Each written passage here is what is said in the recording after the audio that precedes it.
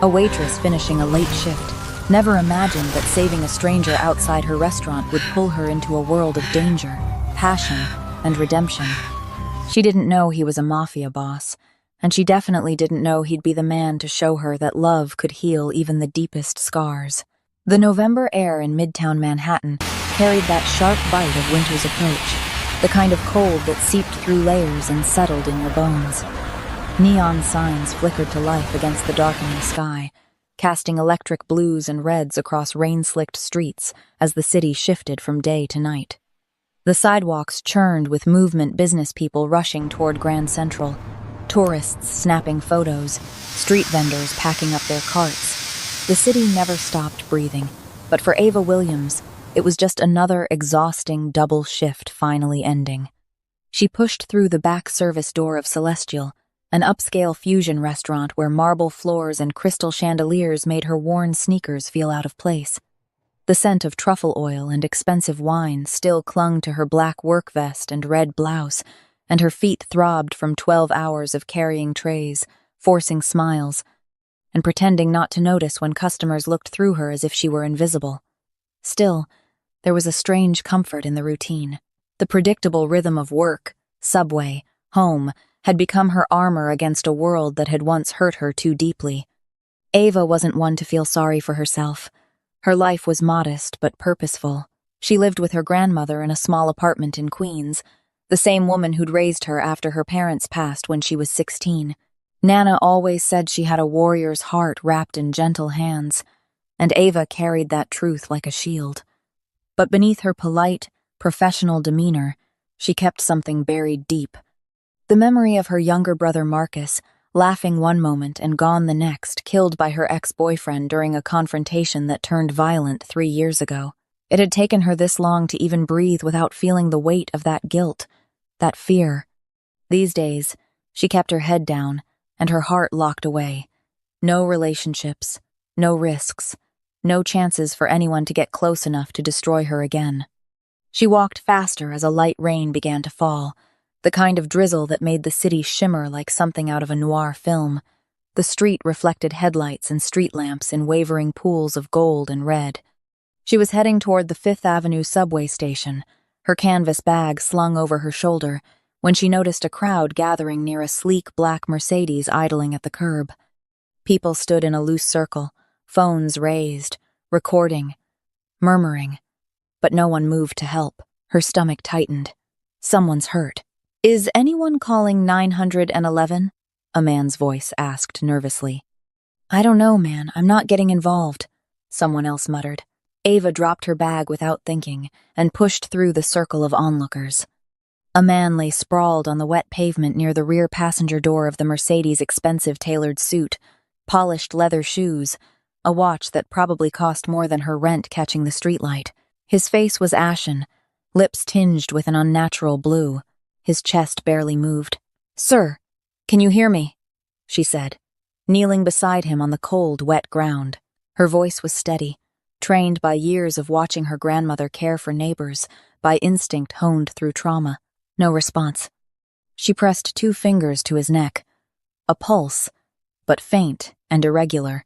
Her training kicked in immediately, the CPR certification she'd gotten at community college, the first aid course she'd taken after Marcus died, desperate to feel like she could save someone, anyone. "Someone call 911 now," she commanded, her voice cutting through the murmurs.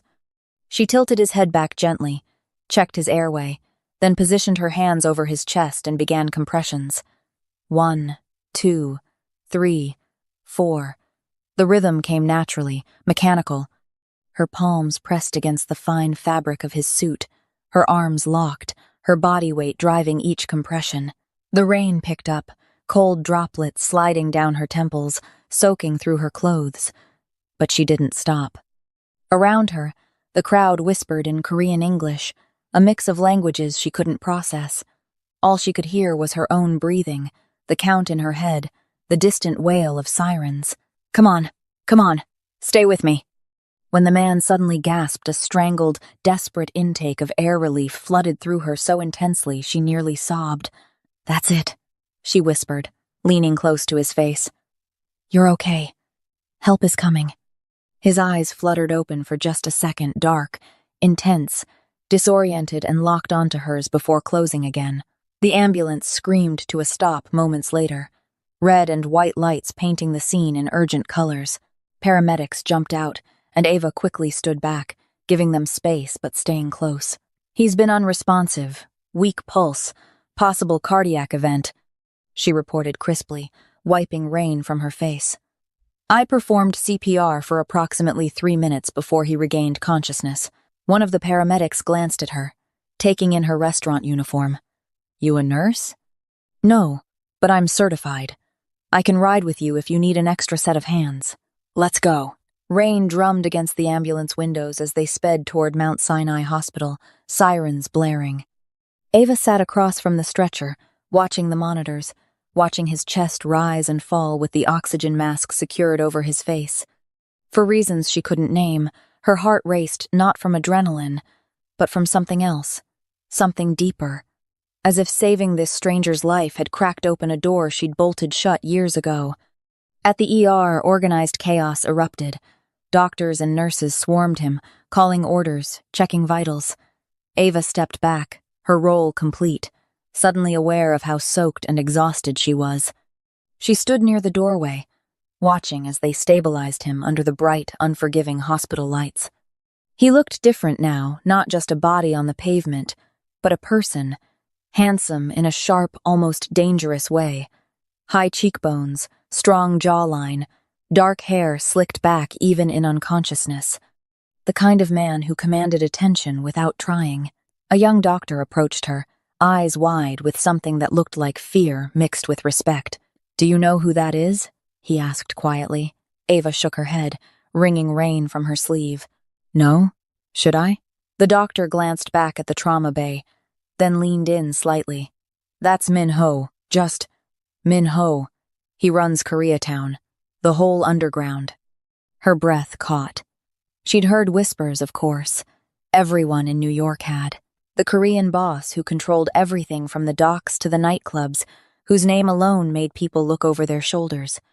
But standing there, soaked and trembling from adrenaline, all Ava saw was a man who'd almost died on a sidewalk, while dozens of people stood by and filmed. "Well," she said softly, meeting the doctor's eyes, "tonight he was just someone who needed help." And as she walked out of the hospital into the rain-soaked Manhattan night, Ava had no idea that the man whose life she'd saved would soon become the most dangerous thing she'd ever allowed into her carefully guarded heart. She saved the life of New York's most dangerous man, and she has no idea what she just set in motion. Will Minho hunt her down to silence the only witness to his vulnerability? Or will the waitress who saw him as human become the one person who can save him from himself? Smash that subscribe button and hit the notification bell because this story is about to get intense. Drop a comment. Would you have saved him if you knew who he was? Like this video if you're already hooked on this dangerous love story. Chapter 1 is coming up next, and trust me, the moment Minho wakes up and learns her name, everything changes. Let's go. The subway ride back to Queens felt longer than usual. Ava sat in the corner of the near-empty car, still damp from the rain, her reflection ghosting across the dark window. Her hands wouldn't stop trembling. Not from cold, but from the aftershock of what she'd done. She'd touched death tonight, pressed her palms against a stranger's chest, and pulled him back from whatever edge he'd been teetering on. Min Ho. He runs Koreatown. She didn't know what that meant exactly, but the doctor's face had said enough. The way his voice dropped to a whisper, the way the nurses exchanged glances when they heard the name, fear dressed up as professionalism. Her grandmother was asleep when she finally made it home, the apartment dark except for the warm glow of the hallway nightlight. Ava stood in the doorway of her tiny bedroom, still in her soaked uniform, staring at nothing. She should shower, change, sleep. But all she could see were those eyes the moment they'd opened and locked onto hers before the paramedics arrived. Intense, vulnerable, the eyes of a man who'd seen things she couldn't imagine. Why didn't anyone else help him? That question haunted her as she finally peeled off her wet clothes and stood under scalding water, trying to wash away the feeling that she'd just stepped into something irreversible. Across the city, In a private suite at Mount Sinai Hospital, Minho opened his eyes to the sterile white ceiling and the soft beeping of monitors. His chest ached. His throat burned. Every breath felt like dragging air through broken glass. "Boss!" The voice came from his right, low, controlled, dangerous. Jung-soo, his second in command, stood beside the bed in an immaculate black suit, hands clasped behind his back. "You're awake." Minho tried to speak, but his voice came out as a rasp. "What happened?" "You collapsed outside the restaurant. Someone called it in." Jung-soo's expression remained carefully neutral. "The doctors say you were poisoned. Aconite. Slow acting. Another hour. And—" He didn't finish the sentence. Poisoned. The word settled into Minho's chest like a stone. He'd suspected for weeks that someone in his organization was moving against him, but to get this close— "Who found me?" Minho asked, each word an effort. Jung-soo hesitated, and something flickered behind his eyes, calculation masked as concern. "A waitress. Black girl. Early 20s. She performed CPR. Rode with you in the ambulance." He pulled out his phone, showing a grainy photo pulled from security footage, a young woman in a work vest and red shirt. Her face turned away from the camera. "She left before we could get more information." Minho closed his eyes, and there she was again. The memory crystallized with sudden clarity. Rain on his face, sirens in the distance, and her voice steady, fearless, cutting through the chaos like a lifeline. "Stay with me." Her hands on his chest, her eyes filled with a determination that had nothing to do with knowing who he was or what he controlled.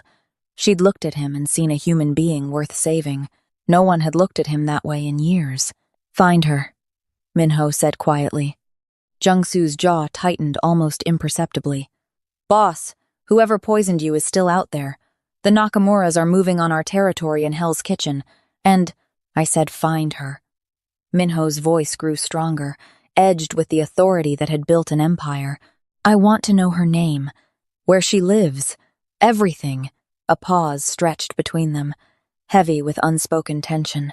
"Of course," Jung-soo finally said, bowing his head slightly. "I'll have the information by morning." After Jung-soo left, Minho lay alone in the darkness, staring at the ceiling. His ribs ached where her hands had compressed his chest, bringing him back from the edge. He'd been ready to die, had accepted it the moment the poison took hold during his meeting, but she'd refused to let him go. Why? In Queens, Ava finally climbed into bed, exhausted but unable to sleep. She picked up her phone, hesitated, then typed into the search bar, "Minho Korean Koreatown." The results made her blood run cold. Photos of a man in expensive suits entering nightclubs and restaurants flanked by stone-faced security. News articles about unsolved crimes, territorial disputes, witnesses who refused to testify. Whispers of money laundering, protection rackets, violence that the NYPD couldn't prove but everyone knew was real. She'd saved a monster. Or had she? Because the man in those photos looked nothing like the dying stranger, whose eyes had met hers with something that looked almost like gratitude, vulnerability, humanity. Her phone rang suddenly, making her jump. Unknown number. Her thumb hovered over the screen, heart pounding. She answered. Silence on the other end. Then breathing controlled, measured. "Hello?" she whispered. "Ava Williams." A male voice, smooth but carrying an undercurrent of threat. Not Minho's voice. "Someone else. We know what you did tonight. We'll be in touch." The line went dead. Ava sat frozen, her entire body going cold. They knew her name. And somewhere across the city, Jung-soo stood in the hospital parking garage, putting away his burner phone, a cold smile playing at his lips. The girl was the perfect leverage Minho's weakness dressed up as salvation. And if Minho became distracted chasing after his savior, it would make Jung-soo's plan that much easier to execute. Across town, Minho lay awake, touching his chest where her hands had brought him back to life, having no idea that his second-in-command had just made the first move in a betrayal months in the planning. Ava didn't sleep. She sat on her bed until dawn broke over Queens, the phone call replaying in her mind. "We know what you did tonight. We'll be in touch." The voice hadn't been Minho's. She'd heard his rasped words in the ambulance. This was someone else, someone watching. When her grandmother knocked softly on her door at 7, Ava was already dressed for her shift, her eyes shadowed with exhaustion. "Baby, you look like death," Nana said, her weathered hands reaching up to cup Ava's face. "What happened?" "Nothing, Nana. Just a long night." The lie tasted bitter. But what could she say? I saved a crime boss and now someone else is calling me? Her grandmother studied her with those knowing eyes that had seen through every lie Ava had ever told. Marcus used to get that same look when trouble was coming. The mention of her brother made Ava's throat tighten. "I'm fine. Really." But she wasn't. And as she rode the subway back to Manhattan, every passenger felt like a threat. Every pair of eyes. Every person standing too close. At the hospital, Minho was already awake when Jung-soo entered with 3 other men, silent, dangerous shadows in tailored suits. The morning light streaming through the window did nothing to soften the tension crackling in the room. "We ran the tests twice," Jung-soo said, placing a folder on the bed. "Aconite. Wolfsbane. It was in your tea before the meeting with the Nakamura brothers." Minho's jaw tightened. The Nakamuras were supposed to be allies, partners in their shipping operations. They're making their move. That's what they want you to think. Jung-soo's voice was carefully neutral, but the preparation suggests someone on our side had access. Someone close. The implications hung heavy in the air. A traitor. Someone close enough to access his inner circle. Jung-soo let Minho draw his own conclusions while redirecting suspicion outward. "Find them," Minho said quietly, his voice carrying the weight of a death sentence. "Already working on it." Jung-soo hesitated, then pulled out his phone. "I have the information you requested. About the girl." Minho straightened despite the pain in his chest. "Ava Williams, 26, works at Celestial as a waitress, lives in Queensbridge with her grandmother. Clean record except—" Jung-soo paused, his expression darkening. "Her younger brother was killed 3 years ago. Domestic violence situation with her ex-boyfriend. The ex is serving 25 to life." Minho's hands clenched the bedsheets. She'd saved him despite knowing what loss looked like, despite having every reason to walk away from violence. "She's a liability, boss," one of the other men said. "She saw you vulnerable. Word gets out that someone saved your life." "Then word gets out," Minho interrupted, his tone brooking no argument. "She saved my life when no one else would.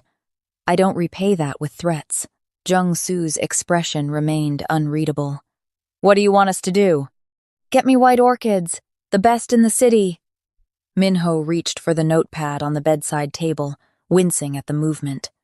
"And paper. I'll write the note myself." At Celestial, the lunch rush was in full swing when the delivery arrived. Ava was carrying a tray of appetizers to table 12 when she saw them 3 dozen perfect white orchids in a crystal vase, being carried through the restaurant by a man in a black suit who definitely didn't work for any flower shop. The dining room went quiet. Conversations died mid-sentence. The man walked directly to Ava, his face expressionless. "Ava Williams?" Her heart stopped. Every eye in the restaurant turned toward her. "Yes," she managed, her voice barely audible. He set the vase on the nearest table and handed her a small envelope. Then he left without another word, leaving her standing there with trembling hands. Her manager, Richard, appeared at her elbow. "Who the hell was that?" Ava couldn't answer. She opened the envelope with shaking fingers, pulling out a card with elegant handwriting. "You gave me more than my life back. Please let me thank you properly. M.H." Below it was a phone number. "Oh my God," whispered Elena, one of the other waitresses, reading over her shoulder. "Ava, do you know who M.H. is?" But Ava was staring at the orchids, expensive and beautiful and terrifying, because flowers that cost more than her monthly rent weren't just a thank you. They were a declaration, a claim. She waited for another threatening call or text, but none came. Not that day. Not that evening. Just silence, which somehow felt worse. Like someone was waiting, watching. The card slipped from Ava's fingers, fluttering to the floor. Around her, the restaurant continued its elegant chaos, but all she could hear was her own heartbeat pounding in her ears. Someone had warned her about Min-ho, but the man himself wanted to thank her. And now she had to decide which truth to believe. Min-ho walked into Celestial at exactly 2 o'clock, when the lunch rush was dying down, and the restaurant held that strange, suspended quiet before dinner prep began. He moved like a man who owned every space he entered. Tailored charcoal suit, crisp white shirt open at the collar. No tie. His presence didn't announce itself. It commanded. Every conversation stopped. Ava was refilling water glasses at table 7 when she felt the shift in the room's energy, that electric charge that precedes lightning. She turned, and there he was, standing just inside the entrance, scanning the dining room until his gaze found her. Her hands shook so badly she nearly dropped the pitcher. "Oh, hell no," Elena whispered beside her. "Ava, that's him. That's him." Richard, the manager, was already moving toward Min-ho with the kind of obsequious smile reserved for people who could buy the restaurant with pocket change. But Min-ho raised one hand slightly, stopping him mid-approach, and walked directly to Ava. The distance between them closed too fast. Suddenly he was there, standing close enough that she could see the faint shadows under his eyes, the exhaustion he wore like an expensive accessory. "Miss Williams," he said quietly, his accented English precise and careful. "May I have a moment of your time?" Her mouth went dry. The mysterious phone call from that night burned in her memory. "We'll be in touch."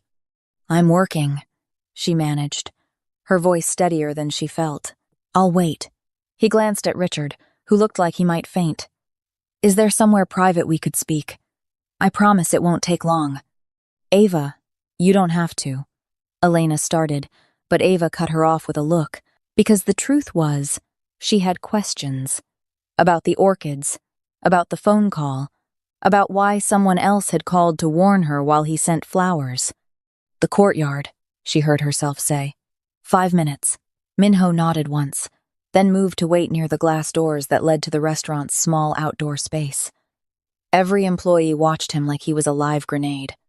Elena grabbed Ava's arm. "Are you insane? Do you know what he is?" "I know," Ava whispered. "But I need to understand what I've gotten myself into." When she stepped into the courtyard, Min-ho was standing by the fountain, hands in his pockets, looking more human than the headlines had ever made him seem. "Thank you for seeing me," he said, as she approached, maintaining a careful distance between them. "I wanted to apologize if the flowers caused you any trouble." "They caused a scene," Ava said, crossing her arms. "And I got a phone call. The night I saved you. Someone who knew my name said they'd be in touch." She lifted her chin, meeting his eyes despite her fear. "Was that you?" Min-ho's expression darkened immediately. "No, I only learned your name yesterday morning." His voice took on an edge. "What exactly did they say?" "Just that they knew what I did. Nothing else." She watched him carefully. "You really didn't send that? I give you my word." His jaw tightened. "Someone threatening you because of me, that's unacceptable. But I need you to understand something. Not everyone in my world wants me protected. Some would prefer I'd died on that sidewalk." The implication settled between them, cold and heavy. "So I'm caught in the middle." Ava said quietly, "Not if I can help it." He pulled a business card from his pocket. Simple, elegant, with just a phone number and an address. "There's a tea house in Koreatown, Seon-B. 4 o'clock. Meet me there. Let me explain what's happening. Let me tell you the truth about what you've stepped into." Ava stared at the card in his outstretched hand. Every instinct screamed at her to walk away, to protect herself the way she'd learned to after Marcus died. But there was something in his gaze that matched what she'd seen that night on the pavement.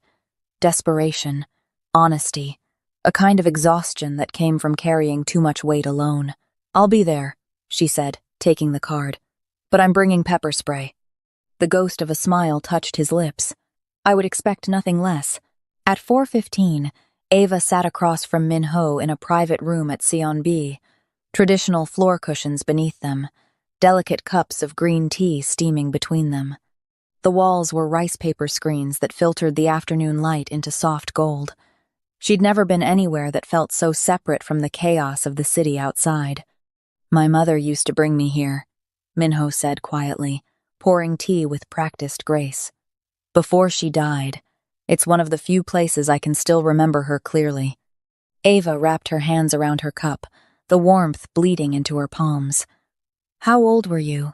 12. He stared into his tea. "My father died a year later.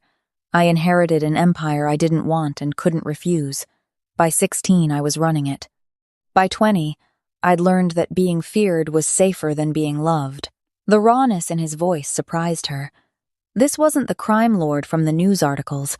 This was someone who'd been crushed by circumstances beyond his control. "I lost my brother 3 years ago," Ava found herself saying. "My ex-boyfriend killed him, during a fight about me." The words came out jagged, like broken glass she'd swallowed. "I survived. Marcus didn't, and I've been terrified of dangerous men ever since." Minho's gaze met hers, and something passed between them: recognition, understanding.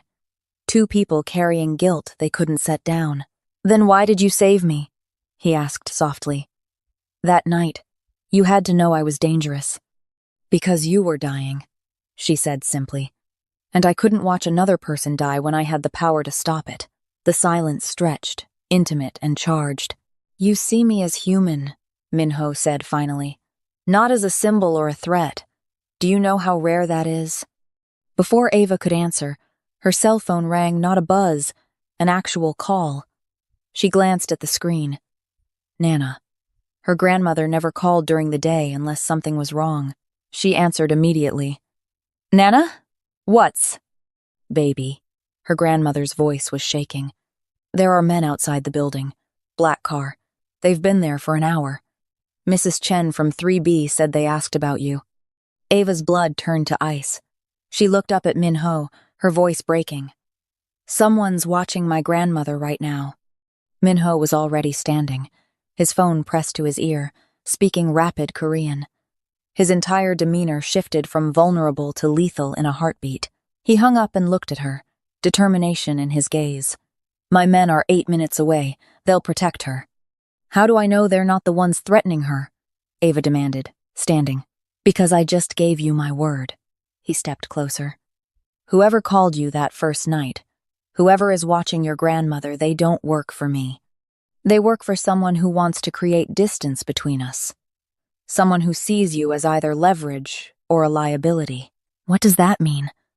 Ava's voice rose. "It means there's a traitor in my organization," Minho said, his voice hard. "Someone who wants me dead. And they're using you to test my reactions, to see what you mean to me." "I don't mean anything to you," Ava protested. "I'm a stranger who—" "You're the first person in a decade who looked at me and didn't see a monster," Minho interrupted, his voice raw. "And now you're in danger because of it." Ava's phone rang again. Unknown number. With trembling fingers, she answered on speaker. "Miss Williams." Jung-Soo's voice, smooth as silk. "I apologize for the concern. Mr. Min's security team is simply ensuring your safety. But you should understand, getting close to my boss makes you visible, and visibility in our world is dangerous. I'd hate to see you or your grandmother hurt because of a simple act of kindness." The line went dead before either could respond. And Ava realized with horrifying clarity that saving Minho's life hadn't just pulled her into his world, it had painted a target on everyone she loved. But the real threat wasn't Minho. It was the man standing closest to him. Minho's men had surrounded Nana's building within 8 minutes. By the time Ava arrived, breathless and terrified, the watchers across the street had vanished. Her grandmother was safe, shaken but unharmed. "You can't go home," Minho said that night. "Not until I identify who's moving against me." Nana stayed with her church friend in Brooklyn, and Ava found herself in Minho's penthouse overlooking Central Park, temporary protection that felt anything but safe. The first 3 days, Ava barely left her room. The walls she'd built after Marcus's death felt thinner here, threatened by proximity to another dangerous man. She'd lie awake listening to Minho's footsteps in the hall, her body rigid, waiting for the violence she'd learned to expect. But it never came. Instead, On the fourth evening, she found him in the kitchen, sleeves rolled up, surrounded by Napa cabbage and Korean spices. "My mother's recipe," he said, when he noticed her in the doorway. "Kimchi. I thought you might be hungry." The vulnerability in his voice cracked something in her chest. "Can I help?" she asked quietly. His smile was small but genuine. "I'd like that." They worked in careful silence, and when his hand brushed hers while reaching for the gochugaru, she didn't flinch. For the first time in years, a man's touch didn't make her want to run. By the second week, something had shifted. The rituals of cooking became their language, his kimchi lessons, her grandmother's mac and cheese recipe, food as memory, as healing, as bridge between two broken people learning to trust again. Late one night, Ava found Min Ho on the balcony overlooking the city. He stood at the railing, whiskey in hand, looking like a man at war with himself. "Can't sleep either?" she asked, joining him. He didn't look at her. "I keep seeing their faces. Everyone I've hurt. Everyone who's been hurt because of me." His voice was raw, stripped of its usual control. "There's so much blood on my hands, Ava." She should have been afraid, should have walked away. But instead, she reached out and took his hand, the hand that had probably pulled triggers, signed death warrants, built an empire on violence. "I watched my brother die because I loved the wrong person," she whispered. "I blamed myself for 3 years, thought if I'd just been smarter, stronger, less trusting, he'd still be alive." Her voice cracked. "We're both prisoners of our pasts. But maybe we don't have to be." Min Ho turned to her, searching her face in the darkness. "I want to leave," he said suddenly. "All of it. The empire, the violence, the fear. I've been trying to find a way out for years, but I never had a reason strong enough to make it real." He stepped closer. "Until you, Min Ho. I'm serious. I have legitimate businesses, investments that could sustain me. I can liquidate the criminal operations, transfer power, walk away." His hand came up to cup her face, thumb brushing her cheek. "You make me want to be someone worthy of the way you looked at me that night, like I was worth saving." Tears burned behind Ava's eyes. "It's not that simple. Your world doesn't just let people leave." "Then I'll fight my way out." His forehead rested against hers. "For the first time in my life, I have something worth fighting for." The kiss happened like gravity inevitable, desperate, tender and fierce all at once. His hands tangled in her hair, hers gripping his shirt like he was the only solid thing in a world tilting sideways. When they finally broke apart, both breathless, the city glittered below them like scattered stars. "I'm falling for you," Ava whispered against his lips. "And it terrifies me." "Then we'll be terrified together," Min Ho murmured. But the next morning, everything shattered. Ava woke to shouting in Korean, to the sound of heavy footsteps and Min Ho's voice cutting through the penthouse like a blade. She threw on clothes and ran to the living room, where Min Ho stood surrounded by his men, all of them armed, all of them tense. Jung-soo stood near the window, his expression carefully controlled. "What's happening?" Ava demanded. Min Ho turned to her, and the look on his face stopped her cold. "The Nakamura brothers. They've taken over 3 of our distribution points. 5 of our people are dead." His jaw clenched. "And they're demanding a meeting. Tonight, or they start targeting families." "You can't go," Ava said immediately. "It's a trap. I don't have a choice." "Yes, you do. They mentioned you by name, Ava." Min Ho's voice was hollow. "They know you're here. They know what you mean to me. And if I don't show up, they've made it clear you're first." The room spun. This was her nightmare come to life, being the reason someone else walked into danger. Jung-soo spoke for the first time, his voice measured. "The Nakamuras are testing you, boss, seeing if you've gone soft. Maybe Miss Williams should relocate until this is resolved. For everyone's safety." Min Ho's eyes cut to Jung-soo with sudden intensity. "That won't be necessary. I'll handle the Nakamuras." His tone left no room for argument. And Ava realized with bone-deep certainty that the man she'd fallen for was about to walk into something that could destroy them both, all because she'd saved his life. For 3 days, Min Ho disappeared into meetings with his remaining loyal men. building a strategy to deal with the Nakamura threat. The weight of his empire crushed down on him, visibly new lines appearing around his eyes, his jaw perpetually tight. On the fourth day, he found her on the balcony at sunset. "Come with me tonight," he said, and there was something desperate in his voice. "I need to breathe, to remember why I'm doing this." The private art exhibition was held in a converted warehouse in Koreatown, invitation only. Minho moved through it like a ghost, his hand firm on the small of Ava's back. She wore a simple black dress he'd had delivered, elegant enough that she didn't feel completely out of place among the champagne and designer suits. Still, she caught the stares. A black woman on the arm of Minho. The whispers followed them. "Ignore them," Minho murmured. "You're the only person here who matters." He guided her through rooms of contemporary Korean art until he found what he'd been searching for. He stopped so suddenly she nearly stumbled. The painting was massive, dominating the wall. A lotus flower in full bloom, impossibly white and perfect, rising from dark, churning water. "This," Minho said softly. "This is you." Ava turned to look at him, confused. "A flower?" "No." He faced her, his expression raw, beauty rising from impossible conditions. Something pure that grew in darkness and refused to be corrupted by it. His hand came up to brush her cheek. "You survived violence, loss, grief, and somehow you still see humanity in a man like me." Tears pricked her eyes. "Minho, I don't deserve you," he continued, "but you make me believe I could become someone who does." Before she could respond, she felt the prickling sensation of being watched. She turned her head slightly and saw them, 3 men in dark suits across the gallery, their attention fixed on Minho. On her, the air changed, became charged with violence. "Minho," she whispered. He'd already seen them. His entire body went rigid, one hand moving to the small of his back where she knew he kept a gun. "Walk toward the exit." Slowly. "Not without you, Ava." One of the men started moving toward them, pushing through the crowd with predatory intent. Minho grabbed Ava's hand and pulled her toward the emergency exit, speaking rapid Korean into his phone. Behind them, chaos erupted, shouts, screams, the sound of something crashing. They burst through the exit into an alley, rain pouring down in sheets. Minho's car was already there, engine running.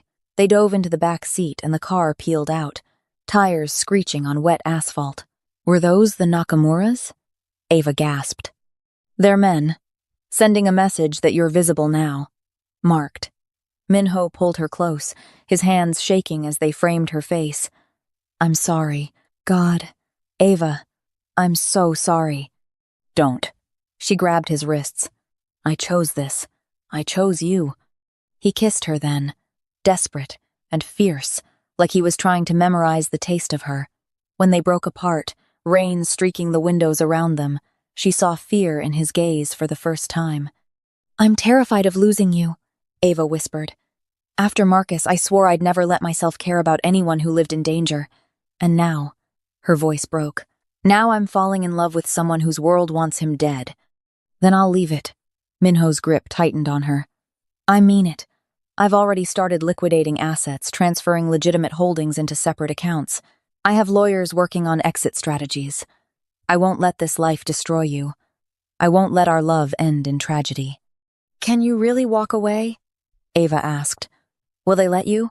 "I'll make them let me, whatever it takes."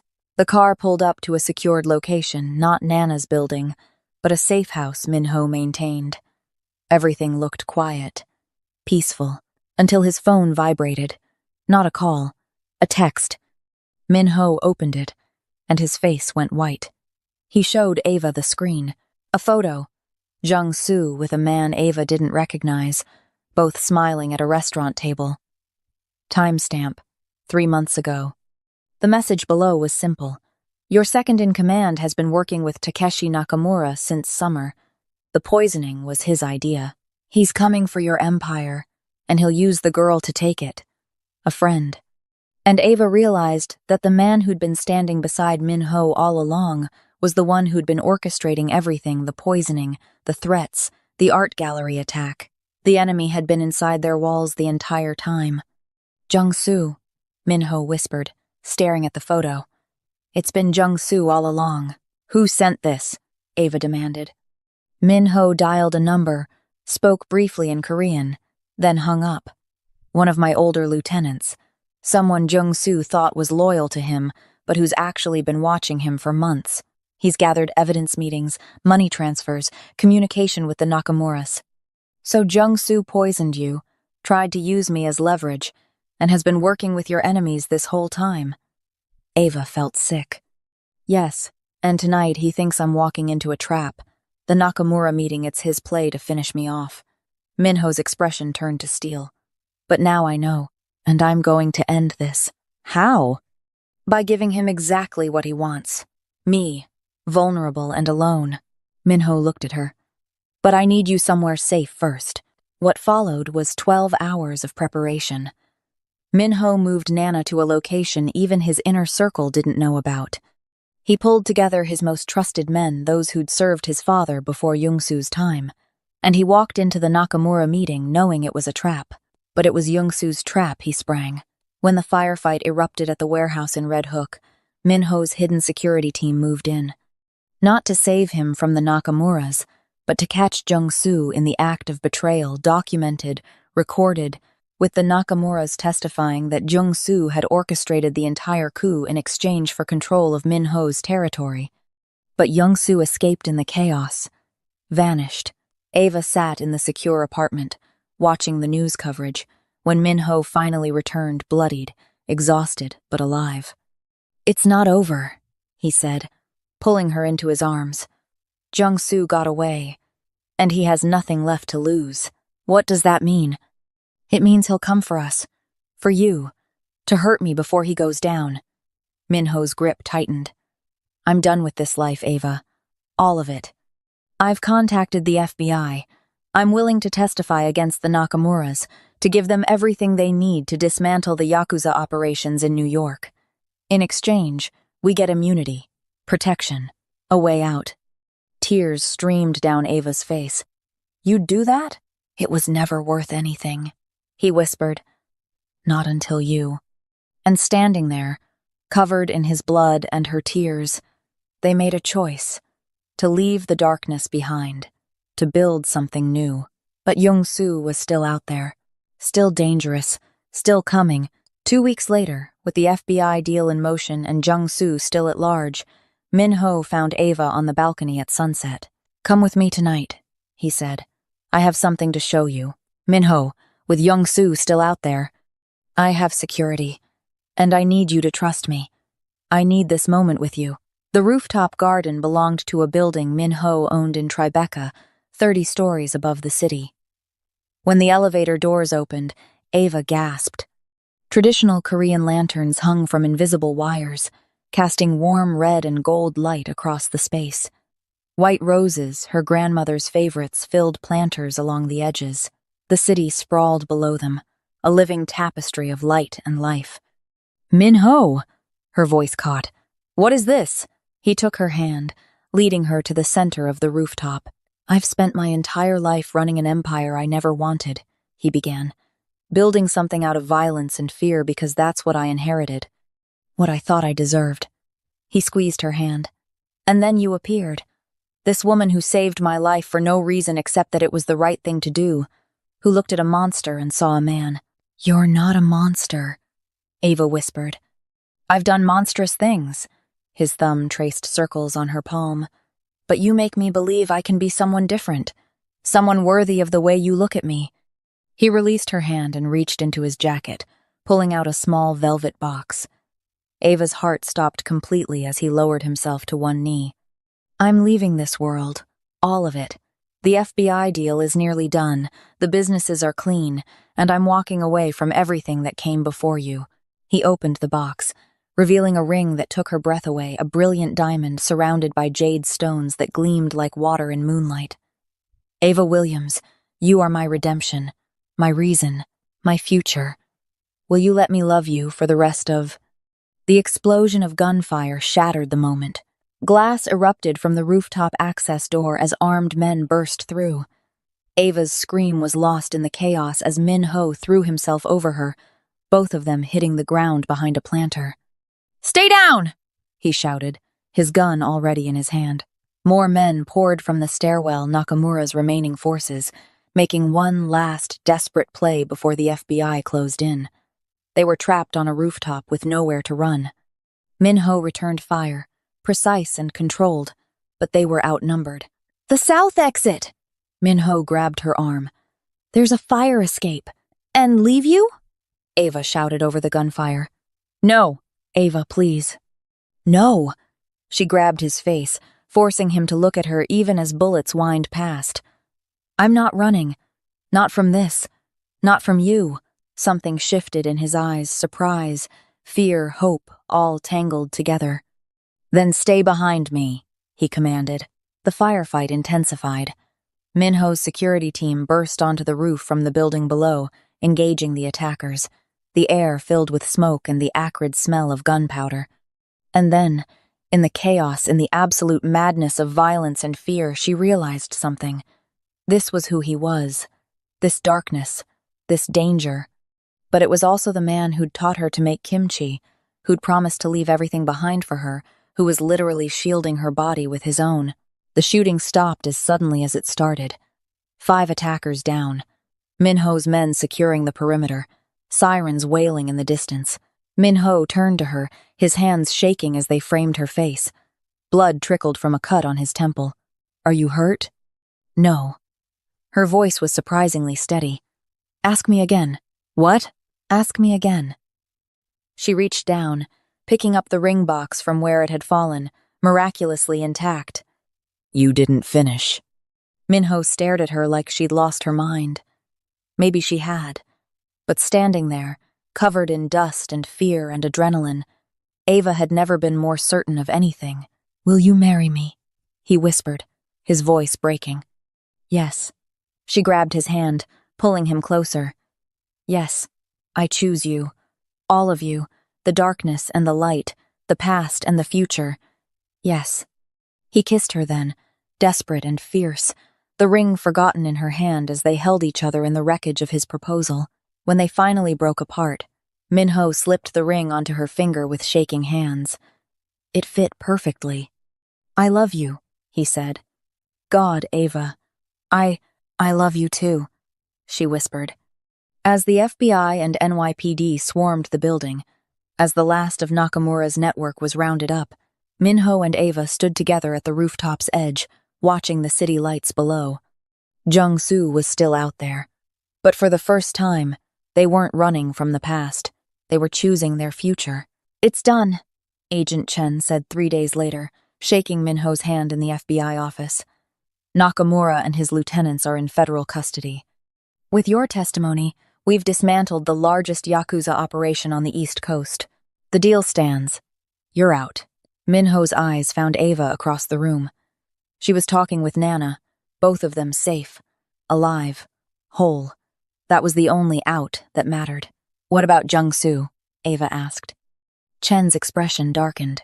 "Still at large, but with his network destroyed and warrants in 3 countries, he won't get far. We'll find him." "Marry me," Min-ho said that night, pulling Ava onto the penthouse balcony. "Now. This week. I don't want to wait."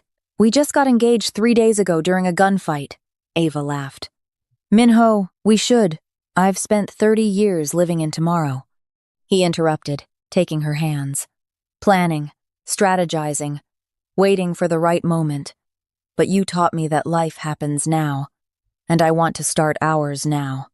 She looked at him, this man who'd fought his way out of darkness for her, and felt her last reservation dissolve.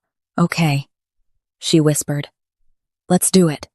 5 days later, on a crisp November afternoon, they stood in the garden of a small venue in Brooklyn, surrounded by 40 people who'd witnessed their impossible journey.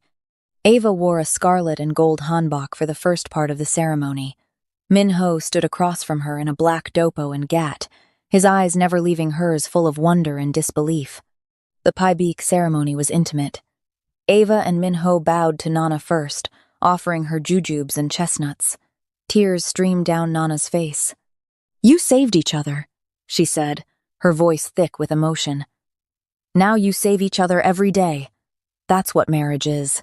Then came the second ceremony. Ava changed into an ivory gown. Minho wore a tailored black suit, looking less like a former crime boss and more like a man who'd finally found his purpose. Pastor Williams officiated. Before them lay a decorated broom, the African-American tradition Nana had insisted on. "These two people have walked through fire," Pastor Williams said. "Literally and figuratively. They've faced death, betrayal, violence, and fear, and they chose each other anyway." Minho's vows came first. "Ava, you saved my life on a sidewalk in the rain. But more than that, you saved my soul. You looked at me and saw someone worth saving. I promise to spend every day proving you were right. I promise to protect your heart the way you protected mine, with courage, compassion, and unwavering love. I promise to build something beautiful with you from all our broken pieces." Ava's throat tightened. "Minho, I was so afraid before you. Afraid to trust. Afraid to love. Afraid to believe that happiness was meant for someone like me. You showed me that strength isn't in avoiding pain, it's in choosing love despite it. I promise to walk beside you, not behind or ahead, but always together. I promise to see your humanity even when the world tries to show me your past. I promise to be your safe place, the way you've become mine." When Pastor Williams told them to jump the broom, they did it together, hands clasped, faces alight with joy and relief and the intoxicating freedom of survival. The reception was a beautiful chaos of cultures. Korean barbecue alongside Nana's mac and cheese, jazz playing between K-pop tracks. Minho pulled Ava close during their first dance, Ella Fitzgerald's voice wrapping around them like silk. "We made it," she whispered against his chest. "We made it," he confirmed, his lips brushing her temple. For the first time in months, no threats came. No phone calls, no danger, just peace, hard-won and precious. The honeymoon took them first to Seoul. Minho's family, who'd rejected him when he took over the criminal operations, now welcomed him home with open arms. "You finally did it," his cousin Jihoon said, embracing Minho at Incheon Airport. "You left that world. Welcome back." Seoul was a revelation. Ava fell in love with the way ancient temples sat beside glass skyscrapers, the explosion of flavors in traditional markets. Minho took her to Bukchon Hanok village where his mother had grown up, to the temple where she'd prayed, to the small restaurant where she'd learned to cook. "She would have loved you," Minho's aunt said one evening. She always said Minho needed someone strong enough to save him from himself. On their 6th day in Seoul, Minho's phone rang early in the morning. He answered in Korean, listened, then hung up with a strange expression. "What?" Ava asked. "That was Agent Chen. They found Jung-soo. He was trying to flee to Malaysia. He's in custody." Relief flooded through her.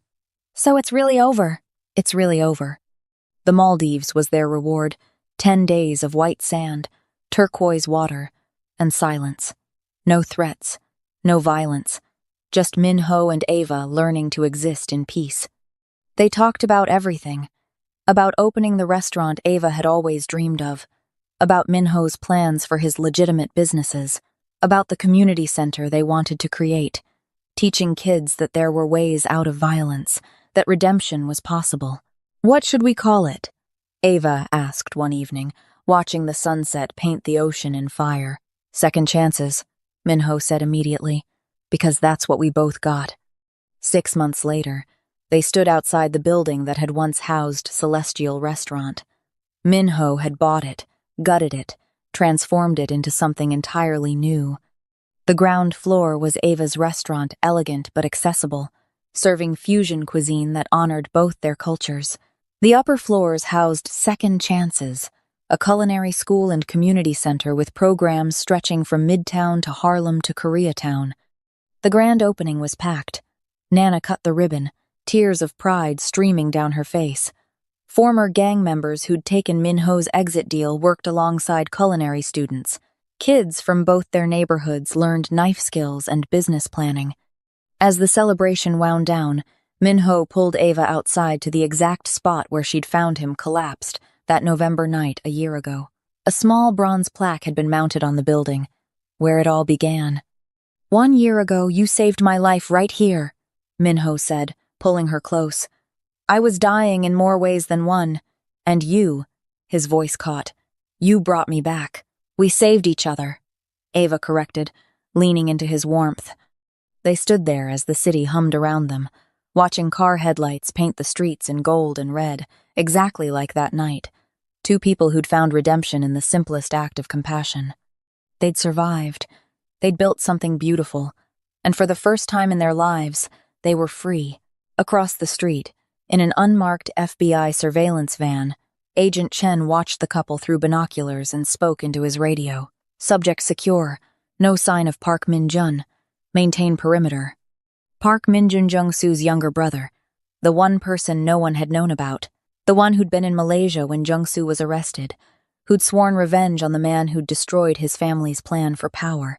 Intelligence said he'd entered the country 2 days ago. But Chen didn't tell Minho. Not tonight. Not when the man had finally found peace. Tomorrow would be soon enough. For tonight, let them have this moment. Let them believe the war was over. After everything they survived, the betrayals, the bullets, the impossible choices, Ava and Minho finally found peace. Or did they? Jung-soo's been captured, but what they don't know is his brother just entered the country, and revenge is all he has left. Will their hard-won happiness survive one final threat from the shadows? Smash that subscribe button and turn on notifications because this story isn't over yet. Drop a comment. Do you think their love can survive when the past refuses to let them go? Like this video if you're invested in this dangerous romance that conquered impossible odds. The next chapter drops soon, and trust me, you are not ready for what Park Min-jun has planned. See you in the next one if Ava and Minho can survive the ghost of their past.